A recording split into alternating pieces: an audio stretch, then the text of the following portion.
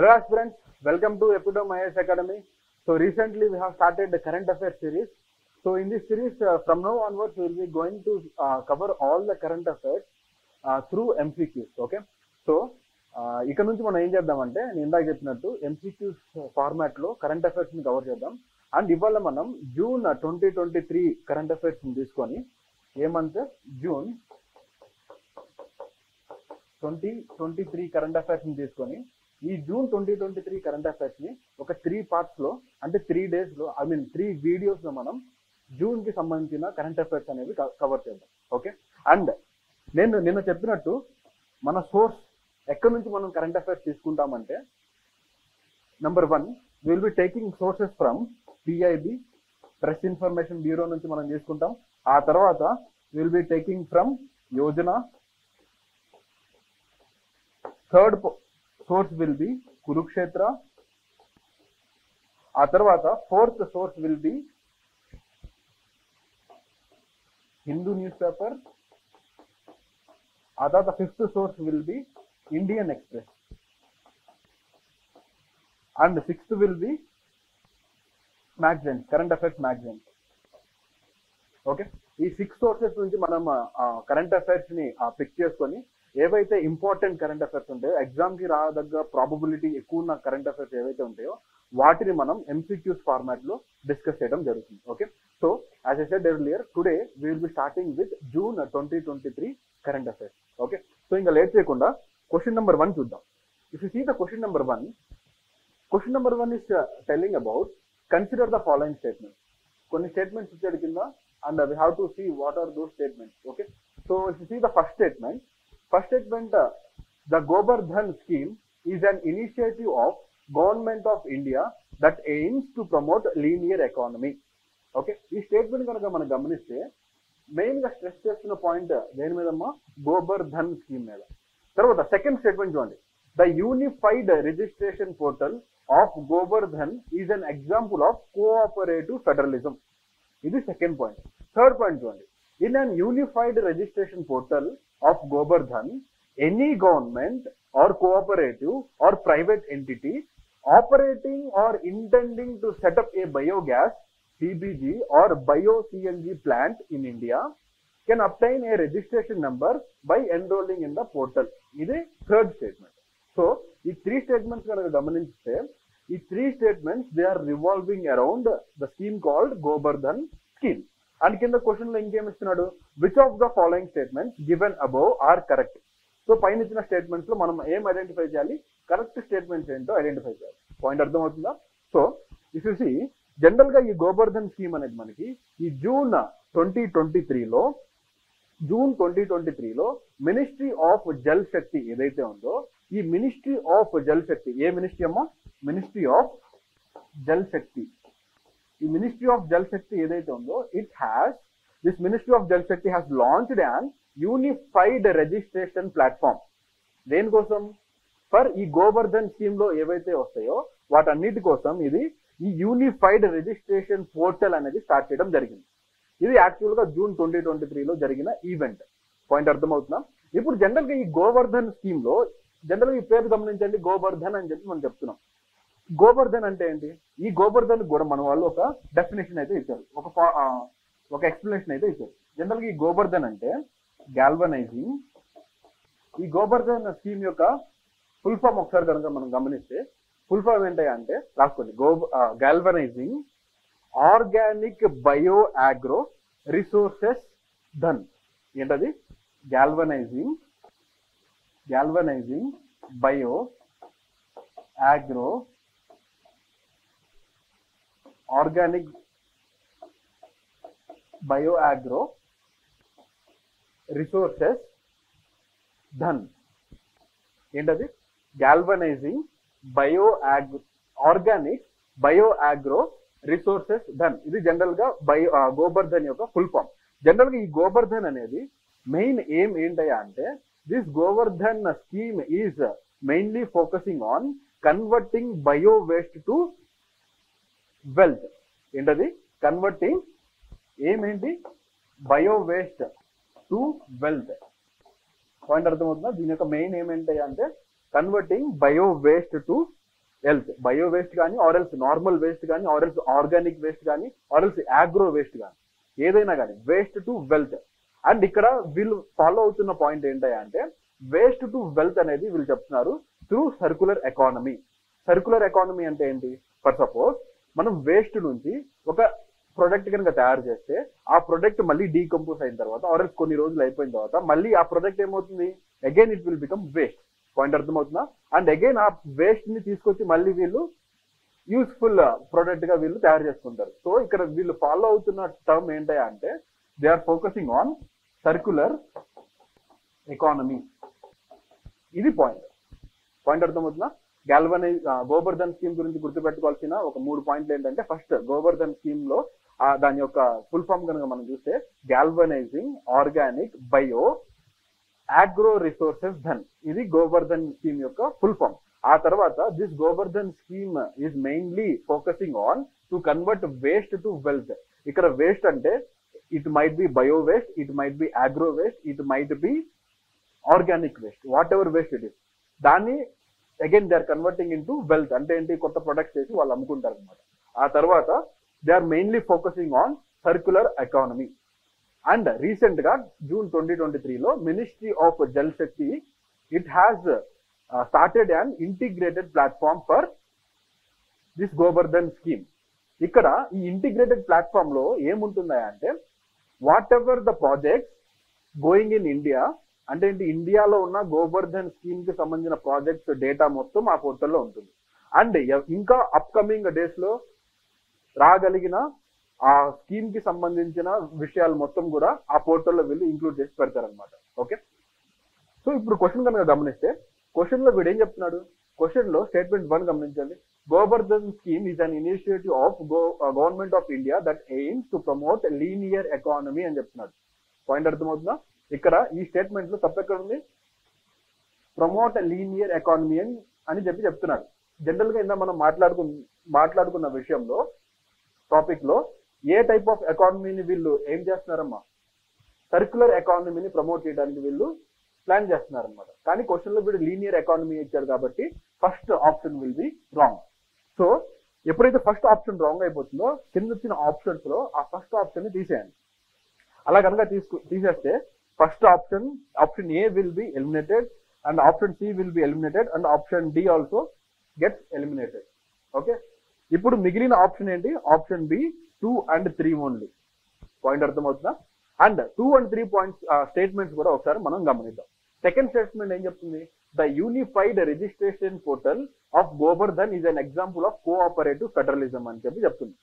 Default గా ఈ statement correct అవుతుంది. ఎందుకు, బికాస్ ఈ క్వశ్చన్ లో స్టేట్మెంట్ 1 తప్పైంది కాబట్టి ఇంకా మిగిలినవి ఆప్షన్స్ లో 2 and 3 ఉంది కాబట్టి అది డిఫాల్ట్ గా కరెక్ట్ అవుతుంది. కానీ ఒకసారి కనుక చూస్తే ఈ గోబర్ధన్ స్కీమ్ అనేది they are saying that it is an example of cooperative federalism. ఎందుకు కోఆపరేటివ్ ఫెడరలిజం? ఎందుకంటే ఈ గోబర్ధన్ ఈ ప్లాట్ఫామ్ ఏదైతే వీళ్ళు క్రియేట్ చేశారో యూనిఫైడ్ రిజిస్ట్రేషన్ పోర్టల్ అనేది, ఈ పోర్టల్ యొక్క మెయింటెనెన్స్ మొత్తం సెంట్రల్ గవర్నమెంట్ చేతిలో ఉంటుంది. అండ్ దాంతో పాటు స్టేట్ గవర్నమెంట్స్ లో ఉన్న వేరియస్ డిపార్ట్మెంట్స్ ఏవైతే ఉంటాయో అవి కూడా ఇందులో ఇంటిగ్రేట్ అయి ఉంటాయి. పాయింట్ అర్థమవుతుందా? ఇక్కడ combinedly state governments as well as central government అన్ని గవర్నమెంట్స్ కి సంబంధించిన విషయాలు మొత్తం కూడా అందులో డీటెయిల్ గా ఉంటాయి. పాయింట్ అర్థమవుతుందా? అందరూ కూడా కోఆపరేట్ చేసి దాన్ని సక్సెస్ చేయాలన్నమాట. ఓకే, సో అది మెయిన్ రీజన్. కాబట్టి స్టేట్మెంట్ 2 అనేది బై డిఫాల్ట్ గా అది కరెక్ట్ అవుతుంది. అండ్ మీరు ఇది కూడా చూస్తే ఈ గోబర్ధన్ స్కీమ్ కి సంబంధించిన విషయం కనుక మీరు గమనిస్తే చదివినప్పుడు ఈ పాయింట్ అనేది ఖచ్చితంగా ఉంటుంది. కోఆపరేటివ్ ఫెడరలిజం ని వీళ్ళు ప్రమోట్ చేస్తున్నారు. తర్వాత third point, in the unified registration portal of Gobardhan any government, cooperative or private entity operating or intending to set up a biogas plant in India can append registration number by enrolling in the portal. So ఈ పోర్టల్లో simple గా చెప్పాలంటే మీరు ఇండియాలో ఏ plant పెట్టాలనుకున్న biogas కానీ CNG plant పెట్టాలంటే ఈ పోర్టల్లో మీరు డీటెయిల్స్ ని చాలా ఈజీగా ఎన్రోల్ చేసుకోవచ్చు. అండ్ అలా ఎన్రోల్ చేసుకున్న ప్రతి ఒక్కరికి కూడా you will be getting and registration number. గట్టిగా మాట్లాడాలంటే ఆ ప్రాసెస్ ని వీళ్ళు సులభతరం చేశారన్నమాట. పాయింట్ అర్థమవుతుందా? రైట్. సో ఫస్ట్ క్వశ్చన్ కి answer will be option B. తర్వాత క్వశ్చన్ నెంబర్ 2 చూడండి. With reference to Kavach system, consider the following statements. Question దేని మీద బేస్ అయి ఉంది? Based upon Kavach system. Okay, statement 1 చూడండి. It helps to auto whistling while approaching level crossing gates. ఇది statement 1. Second statement చూడండి. It has been developed by defence research and development organisation, DRDO ద్వారా ఇది develop చేయబడిందని చెప్పి question లో ఇస్తున్నాడు. Okay, and ఇక్కడ కింద క్వశ్చన్ ఇంకా కొద్దిగా చదివితే select the correct answer from the code given below. కింద ఆప్షన్స్ లో 1 only, 2 only, both 1 and 2 and none of the above. ఇక్కడ when you observe the question, this question is talking about kavach system. And what is this kavach system? This kavach system is nothing but the automatic train protection system. Entadi kavach system anedi, it is an automatic train protection system. ఈ automatic train protection system ఏదైతే ఉందో ఇక్కడ మనం గమనించాల్సింది ఏంటంటే it was developed indigenously. ఇది foreign technology కాదు, it was developed in India by Indian scientist. Okay, అది పాయింట్ నెంబర్ 1. ఆ తర్వాత ఈ కవచ్ సిస్టమ్ లో ఈ ఆటోమేటిక్ ట్రైన్ ప్రొటెక్షన్ ఎలా జరుగుతుందంటే, సో ఫర్ సపోజ్ ఇది ఒక రైల్వే ట్రాక్ అనుకోండి. ఓకే, ఈ రైల్వే ట్రాక్ మీద ఆల్రెడీ ఇక్కడ ఒక ట్రైన్ ఉందనుకుందాం, అండ్ ఇటువైపు నుంచి ఈ ట్రైన్ అనేది ఇలా వెళ్తుంది అనుకుందాం, అండ్ ఇటువైపు నుంచి ఇంకో ట్రైన్ వస్తుంది అనుకుందాం, అది కూడా ఇదే డైరెక్షన్ లో వెళ్తుంది అనుకుందాం, ఆర్ ఎల్స్ డైరెక్షన్ ఆపోజిట్ లో వస్తున్నాయి అనుకుందాం. ఈ కవచ్ సిస్టమ్ లో ఏమవుతుందంటే ఇక్కడ గుర్తుపెట్టుకోవాల్సిన విషయం ఏంటంటే ఈ ట్రైన్స్ ఏవైతే ఒకే ట్రాక్ మీద వెళ్తున్నాయో either in same direction or in opposite direction, this both trains should have this Kavach system. ఇది పనిచేయాలంటే రెండు ట్రైన్స్ లో కూడా కవచ్ సిస్టమ్ ఉండాలి. అండ్ ఇది ఎలా వర్క్ అవుతుంది? Depending upon the distance. For suppose దాంట్లో ఆటోమేటిక్ గా ఇంత డిస్టెన్స్ లో ట్రైన్ కనుక ఆపోజిట్ డైరెక్షన్ నుంచి వస్తే ఆటోమేటిక్ గా ఆ వస్తున్న ట్రైన్ అది సిగ్నలింగ్ ఇస్తుంది. ఎలా ఇస్తుంది? ఆల్రెడీ ఈ ట్రాక్ మీద ట్రైన్ ఆల్రెడీ ఉంది కాబట్టి ఆ పర్టికులర్ డిస్టెన్స్ మెయింటైన్ చేస్తూ దాని యొక్క స్పీడ్ అనేది రెడ్యూస్ అయిపోతూ ఉంటుంది. ఒకవేళ ఆ ట్రైన్ అనేది 100 స్పీడ్ లో వెళ్తుంది అనుకోండి, ఫర్ సపోజ్ ఈ ట్రైన్ కి డిస్టెన్స్ అనేది ఒక 600 metres or 1 kilometre something whatever it is ఉందనుకోండి. సో ఈ కవచ్ సిస్టమ్ లో దే విల్ బి అడ్జస్టింగ్ కొంత డిస్టెన్స్ మెయింటైన్ చేయాలని చెప్పి. ఒకవేళ అది 100 స్పీడ్ లో కనుక వస్తుంటే ఆటోమేటిక్ గా దాని స్పీడ్ అనేది రెడ్యూస్ అయిపోతుంది. పాయింట్ అర్థమవుతుందా? సో ఇక్కడ ఈ ట్రైన్ కొలిషన్ ఏదైతే జరుగుతుందో ఈ avoid this train colliding, this system has been bought by Indian scientist. ఇది కవచ్ సిస్టమ్. అండ్ ఈ కవచ్ సిస్టమ్ అనేది దేనికి సంబంధించిందమ్మా? రైల్వేస్ కి సంబంధించిన పాయింట్ ఇది. ఓకే, అండ్ ఇక్కడ ఈ కవచ్ సిస్టమ్ కనుక మనం గమనిస్తే రైట్ స్టేట్మెంట్ క్వశ్చన్ లో గమనించండి. క్వశ్చన్ నెంబర్ 2 లో స్టేట్మెంట్ 1 ఏం చెప్తుంది? It helps auto whistling while approaching level crossing gate. Yes, ఆ స్టేట్మెంట్ అనేది కరెక్ట్ అవుతుంది. తర్వాత సెకండ్ స్టేట్మెంట్ చూడండి. It has been developed by defence research and development organisation, DRDO ద్వారా ఇది డెవలప్ చేయబడిందని చెప్పి వీళ్ళు చెప్తున్నారు. కానీ మీరు కనుక గమనిస్తే డిఆర్డిఓకి అండ్ దీనికి సంబంధం లేదు. And it has been developed by ministry of railway దీన్ని డెవలప్ చేశారు. అండ్ మినిస్ట్రీ ఆఫ్ రైల్వే ఎవరి ద్వారా డెవలప్ చేయించారు? ఆర్డిఎస్ఓ అంటే రీసెర్చ్ డిజైన్, రాసుకోండి, research design and standards organisation. ఏంటది? ఆర్డిఎస్ఓ అంటే research design and standards organisation. Point అర్థమవుతుందా? సో ఈ ఆర్డిఎస్ఓ ఇది ఏ మినిస్ట్రీ కిందకు వస్తుంది? మినిస్ట్రీ ఆఫ్ రైల్వేస్ కిందకు వస్తుంది. అండ్ దాంతో పాటు ఇంకెవరు పార్టిసిపేట్ చేశారు ఈ కవచ్ సిస్టమ్ డెవలప్మెంట్ లో? ఇండియన్ ఇండస్ట్రీస్ ఏవైతే ఉంటాయో, ఇండియన్ ఇండస్ట్రీస్ అంటే ఏంటి? రిలేటెడ్ టు దిస్ రైల్వేస్ ఏవైతే ఇండియన్ ఇండస్ట్రీస్ ఉంటాయో అవి కూడా పార్టిసిపేట్ చేశారు. ఇప్పుడు ఎవరు డెవలప్ చేశారంటే ఏం చెప్పాలి? Under ministry of railways, this RDSO and Indian industries. Point అర్థమవుతుందా? సో వీళ్ళందరూ కూడా కలిసి ఈ కవచ్ సిస్టమ్ అనేది ఇంప్లిమెంట్ చేయడం జరిగింది, తీసుకురావడం జరిగింది.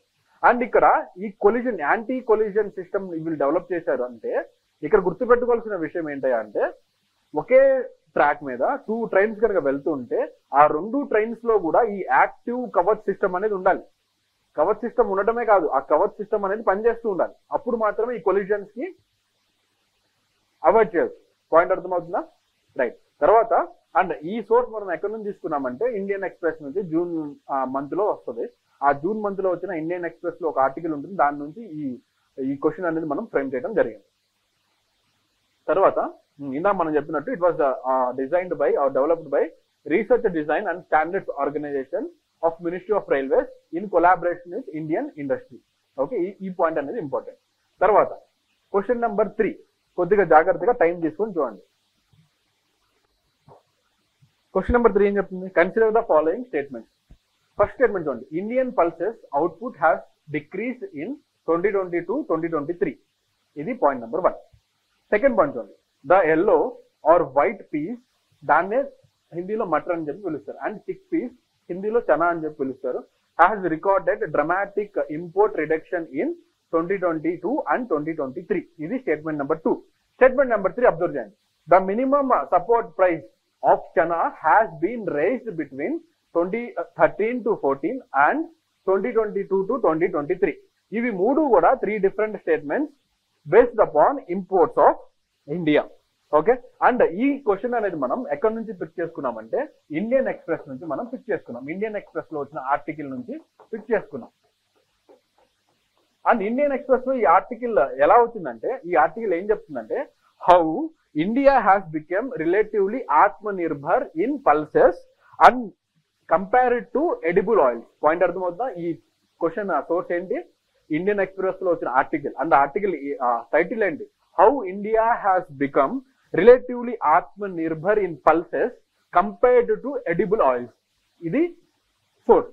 అండ్ ఇక్కడ మనం గమనిస్తే ఆ ఆర్టికల్లో మనం చదివితే కనుక ఆ ఆర్టికల్లో మనకి క్లియర్ గా మనకి ఏం తెలుస్తుందంటే, ఇండియన్ పల్సెస్ అవుట్పుట్ ఏదైతే ఉంటుందో అది ఇట్ హ్యాస్ బిన్ ఇంక్రీజ్ అని చెప్పి ఉంటుంది. Okay, comparatively if you see pulses తీసుకుంటే, ఈ పల్సెస్ కానీ అండ్ ఎడిబుల్ ఆయిల్స్ కానీ, ఈ ఎడిబుల్ ఆయిల్స్ కానీ ఇండియా యొక్క ఇంపోర్ట్ అనేది ఎక్కువ డిపెండ్ అయి ఉంటుంది ఇంపోర్ట్స్ మీద. దేని యొక్క ఇంపోర్ట్ మీద? Pulses as well as edible oil imports మీద.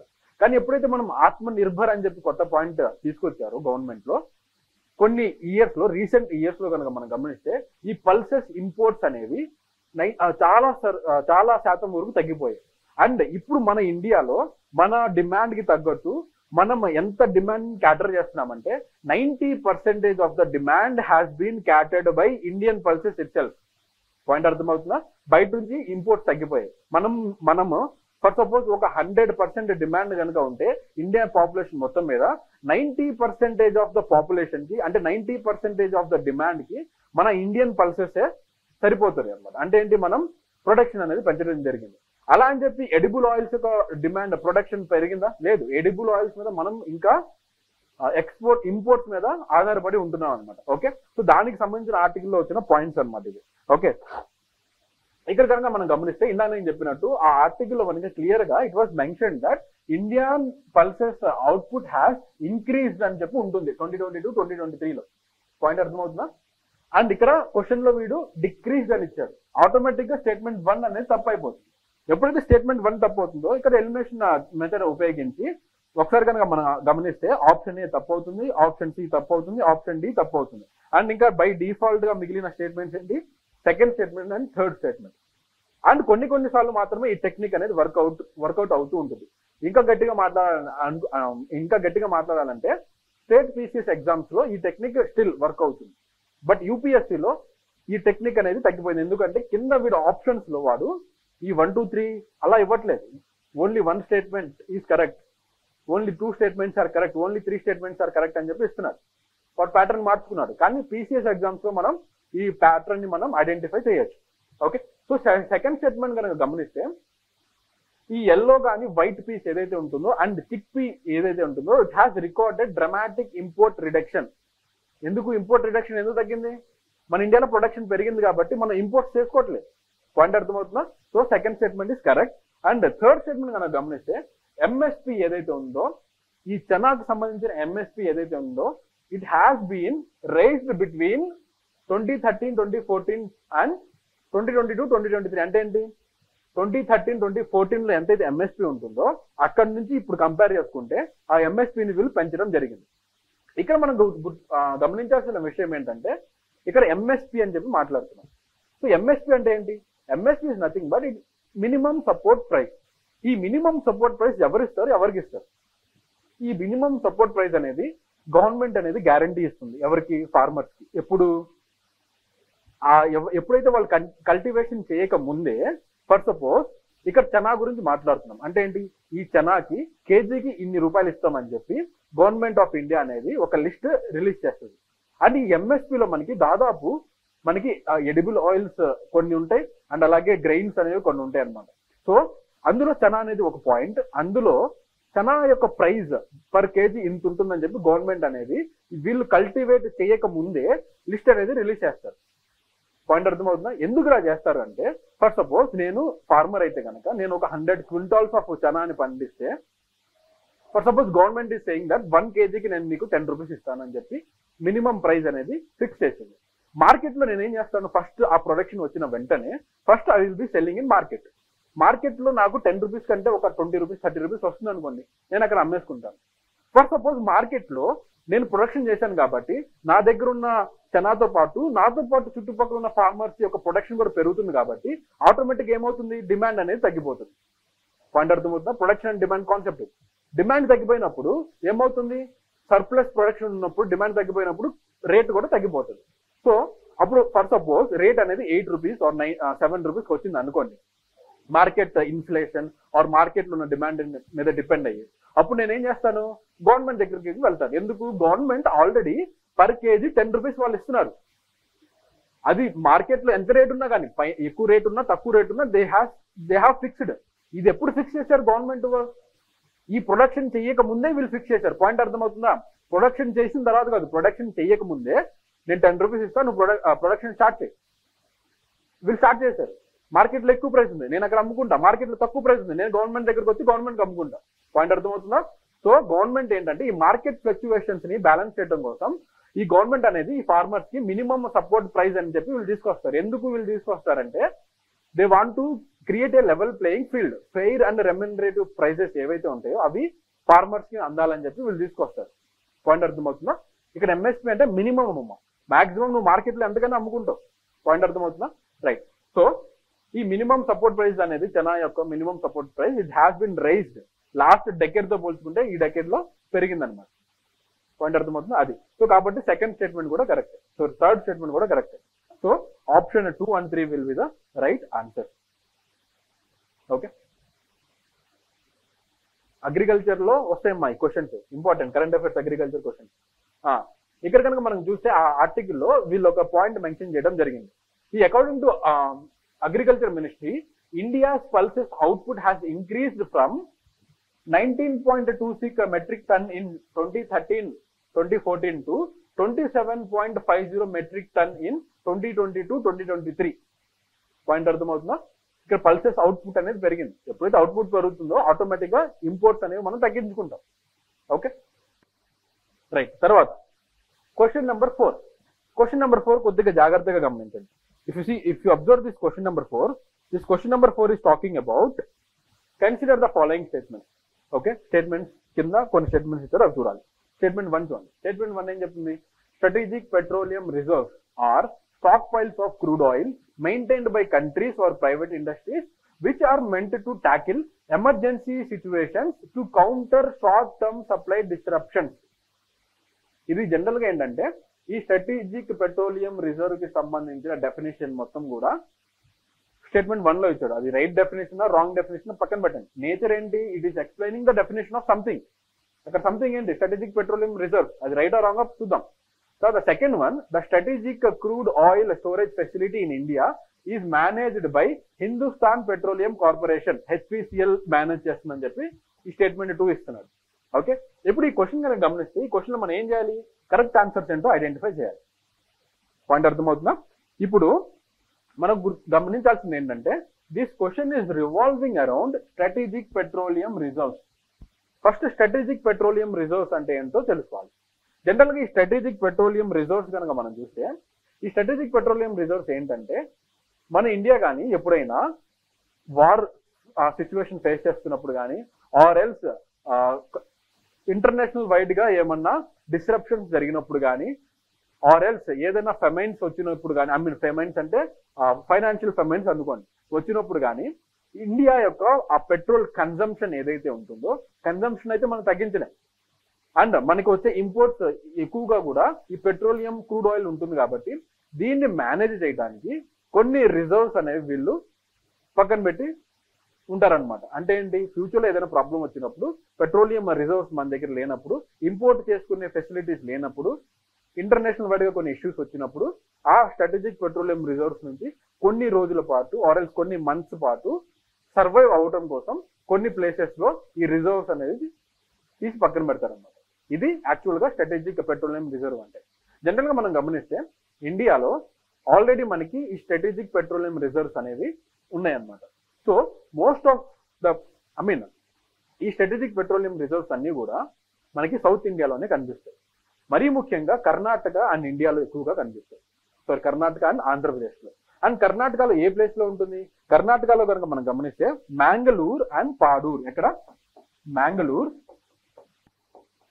అండ్ పాడూర్. ఎక్కడమ్మా ఇది, కర్ణాటకలో. అండ్ తర్వాత విశాఖపట్నం, ఇది ఎక్కడ, ఆంధ్రప్రదేశ్ లో. సో ఈ ప్లేసెస్ లో మనకి ఆల్రెడీ స్ట్రాటజిక్ పెట్రోలియం రిజర్వ్స్ అనేవి ఉన్నాయి.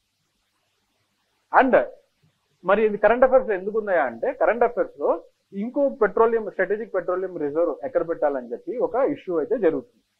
అంటే ఏంటి, సెర్చ్ చేస్తున్నారు ప్లేస్ ఏది సూటబుల్ గా ఉంటుందని.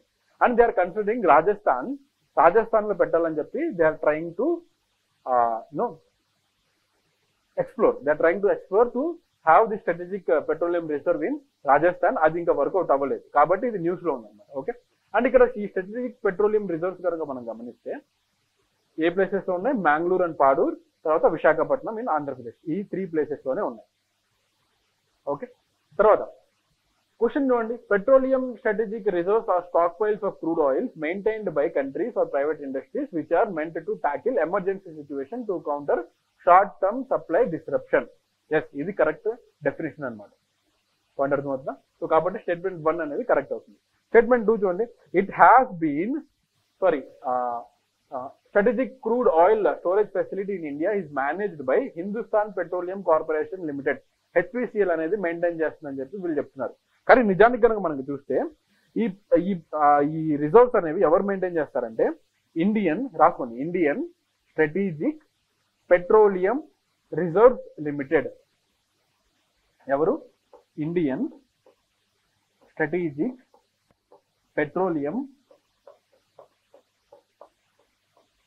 Reserves limited. షార్ట్ ఫామ్ లో చెప్పాలంటే ISPRL.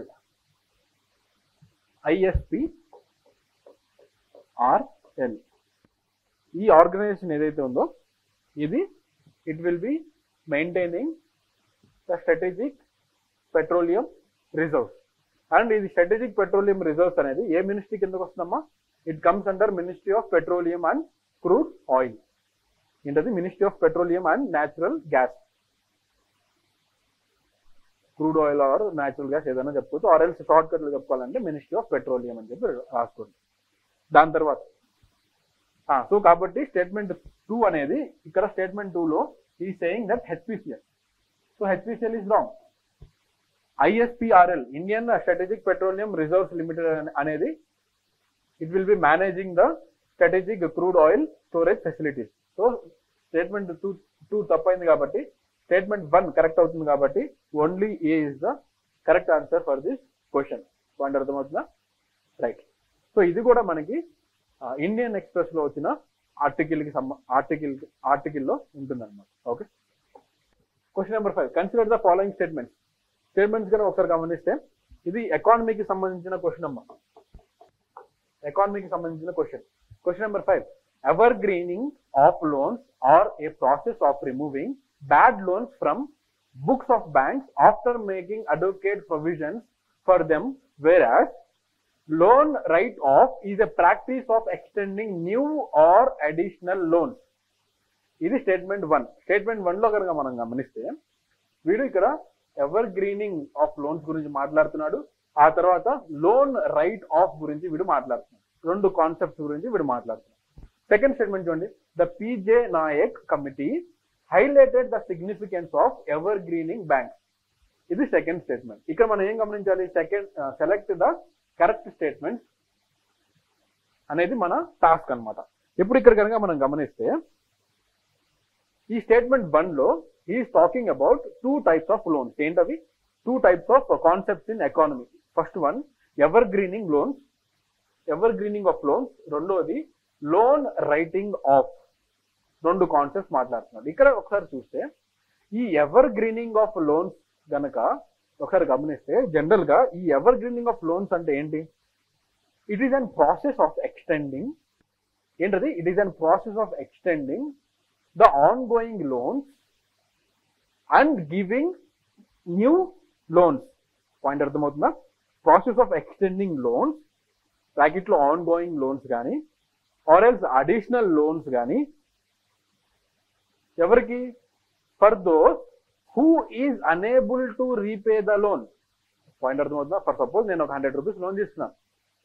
ఒకవేళ నేను ఆ లోన్ రీపే చేయలేకపోతున్నాను, నేను బ్యాంకు వెళ్ళి చెప్తున్నాను, అయ్యా నేను ఆ 100 రూపీస్ లోన్ రీపే చేయలేకపోతున్నానని. అప్పుడు బ్యాంక్ ఏం చేస్తుంది?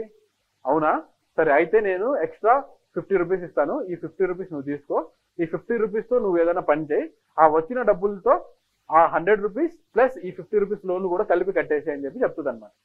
పాయింట్ అర్థమవుతుందా? అది ఎవర్ గ్రీనింగ్ లోన్ అంటే మనం కట్టే కెపాసిటీ లేకపోతే గవర్నమెంట్ దగ్గర బ్యాంక్స్ దగ్గరికి వెళ్తే బ్యాంక్స్ ఎక్స్ట్రా లోన్ ఇచ్చి ఆ ఇచ్చిన లోన్తో ఏమన్నా క్యాపిటల్ జనరేట్ చేసి old loan plus new loan కట్టాలన్నమాట. ఓకే, ఈ ప్రాసెస్ ని మనం ఎవర్ గ్రీనింగ్ లోన్ అని చెప్పి పిలుస్తాం. ఇంకో టర్మ్ ఎక్స్ప్లెయిన్ ఇస్తున్నాను అనమాట స్టేట్మెంట్ 1 లో. అదేంటి? Loan write of. జనరల్ గా ఈ లోన్ రైట్ ఆఫ్ అంటే రుణాన్ని మాఫీ చేయడం. ఓకే, సింపుల్ గా ఆ లోన్ ని తీసేయడం అనమాట. ఇన్ జనరల్ గా మీనింగ్ అది. కానీ ఇక్కడ స్టేట్మెంట్ 1 లో గమనిస్తే స్టేట్మెంట్ 1 లో వాడు ever greening of loan as well as loan write of ని వాడు ఇంటర్చేంజ్ చేసి ఇక్కడ స్టేట్మెంట్ లో ఇవ్వడం జరిగింది. సో ఈ ఎవర్ గ్రీనింగ్ ఆఫ్ లోన్స్ యొక్క ఎగ్జాక్ట్ డెఫినేషన్ ఏంటంటే, ఎవర్ గ్రీనింగ్ ఆఫ్ లోన్స్ యొక్క exact definition will be a practice of extending new or additional loan. Point అర్థమవుతుందా? తర్వాత సెకండ్, లోన్ రైట్ ఆఫ్ అంటే ఏంటి? A process of removing bad loans from books of banks after making advocate provisions. Point అర్థమవుతుందా? First statement లో ఏం చేశాడు వాడు? Interchange చేసి డెఫినేషన్స్ ఇచ్చాడు అనమాట. ఓకే, కాబట్టి ఫస్ట్ స్టేట్మెంట్ అనేది ఆటోమేటిక్ గా రాంగ్ అయిపోతుంది. ఓకే, సెకండ్ స్టేట్మెంట్ చూడండి. Second statement, P J Nayak committee highlighted significance of evergreening bank. Yes, ఈ evergreening of loans concept ఏదైతే ఉందో దీని మీద one of the committee, ever committee? P J Nayak committee. P J Nayak committee is related to evergreening of loans. Point అర్థమవుతుందా? ఇది fact గుర్తుపెట్టుకోవాల్సిన విషయం. కాబట్టి ఈ 2 స్టేట్మెంట్స్ లో సెకండ్ స్టేట్మెంట్ కరెక్ట్ అవుతుంది కాబట్టి option B will be the right answer. Okay, and ఇక్కడ మనం ఇంకో టర్మ్ గుర్తుపెట్టుకోవాలి. ఎప్పుడైతే మనం ఎవర్ గ్రీనింగ్ ఆఫ్ లోన్స్ అని చెప్తున్నామో ఈ ఎవర్ గ్రీనింగ్ ఆఫ్ లోన్స్ ని మనం జాంబీ లోన్స్ అని చెప్పి కూడా పిలుస్తాం. Zombie loans. పాయింట్ అర్థమవుతుందా? ఎవర్ గ్రీనింగ్ ఆఫ్ లోన్స్ కి ఇంకో పేరేంటి? Zombie loans.